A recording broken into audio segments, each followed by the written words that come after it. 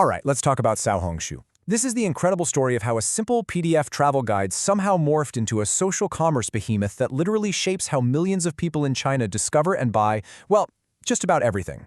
We're going to break down exactly how they pulled it off. So this is the big question, right? How on earth does a simple document become a cultural and commercial powerhouse? It's a wild journey that tells you so much about the power of building a real, authentic community.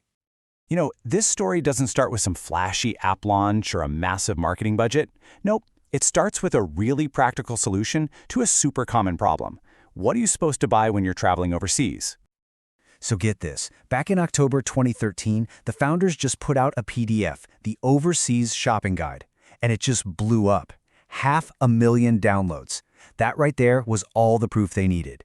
It showed them there was a huge hunger for trusted shopping advice. So naturally, in 2014, they launched the app Xiaohongshu Shopping Notes and created a place for people to share their own amazing finds. And this right here, this was their secret sauce. From day one, the focus was on building an authentic community. While other platforms at the time were basically just glorified portals, a bunch of links trying to push you to other e-commerce sites, Xiaohongshu was building a real destination, a place for genuine, honest experiences. Okay, so you've got this amazing, thriving community. The next step seems like a no-brainer, right? Just start selling products directly. Well, as it turns out, it was way, way harder than it looked. So they jumped in head first. They launched their own e-commerce store called Felice and tried to take on the super competitive cross-border market. And this was a massive undertaking. We're talking about building their own warehouses, dealing with all the messy logistics, the whole shebang. Talk about an uphill battle. You had these absolute giants like Tmall Global and NetEase Kaola who already controlled half of the entire market. For a newcomer like Xiaohongshu, it was almost impossible to compete on things like price and scale. And then they had this huge aha moment. They realized their real superpower wasn't in managing warehouses or logistics. No way. It was in the trust and the incredible quality of the content their users were creating. And that realization led to a massive, game-changing pivot. And that pivot, oh man, that's when they discovered their true calling. It's a concept that didn't just define their new business model, it turned them into an advertising titan that brands absolutely could not ignore. It's a concept called seeding, or 种草 in Chinese, which literally means planting grass. And the idea is just perfect. Users, through their honest, authentic posts, plant a little seed of desire for a product in the minds of their followers. And over time, that seed grows into a decision to buy. Okay, now this is where it gets really, really smart.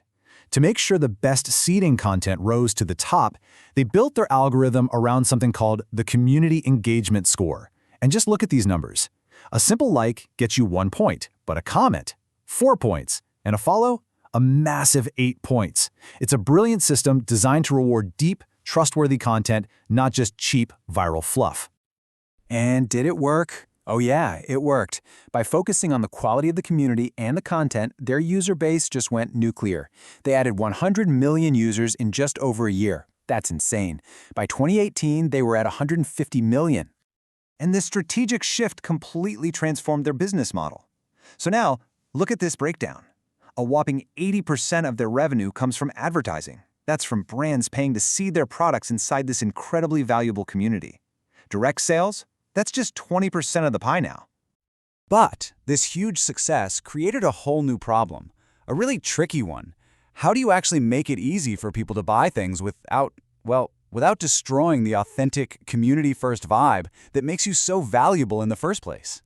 And I love this quote because it sums up their challenge perfectly. Basically, they knew that whatever they built for shopping had to feel like it belonged there, like it grew right out of the community, not like some clunky buy now button they just slapped on top. To put it in perspective, think about how different Xiaohongshu is from a platform like Douyin, which is China's TikTok.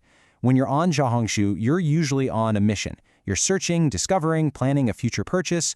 On Douyin, you're just scrolling for fun and bam, you see something cool and buy it on impulse.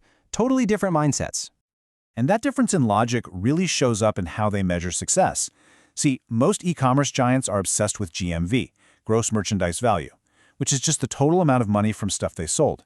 But a key metric for Xiaohongshu is DAB, daily active buyers. See the difference? It's not just about selling a lot, it's about having a lot of people from the community buying things consistently. So, that brings us to today. Where are they now? Well, they're still on this quest, really. They're still searching for that perfect business model, that perfect soulmate that fits their community-driven identity. And make no mistake, their influence today is just undeniable. We are talking about a massive, highly engaged user base of over 350 million people using the app every single month. So their current strategy is this really fascinating juggling act. They're creating new metrics like true interest to prove their value to advertisers, they're making it smoother to buy things right in the app, and they're even partnering with some of the big e-commerce giants. And they're doing all this while trying desperately not to mess up the magic that got them here in the first place. Which leaves us with the big, multi-billion-dollar question, doesn't it? As Xiaohongshu dives deeper and deeper into commerce, can a platform that was built on pure, authentic trust figure out how to sell without selling its soul? It's an absolutely fascinating tightrope walk and for sure one to keep an eye on.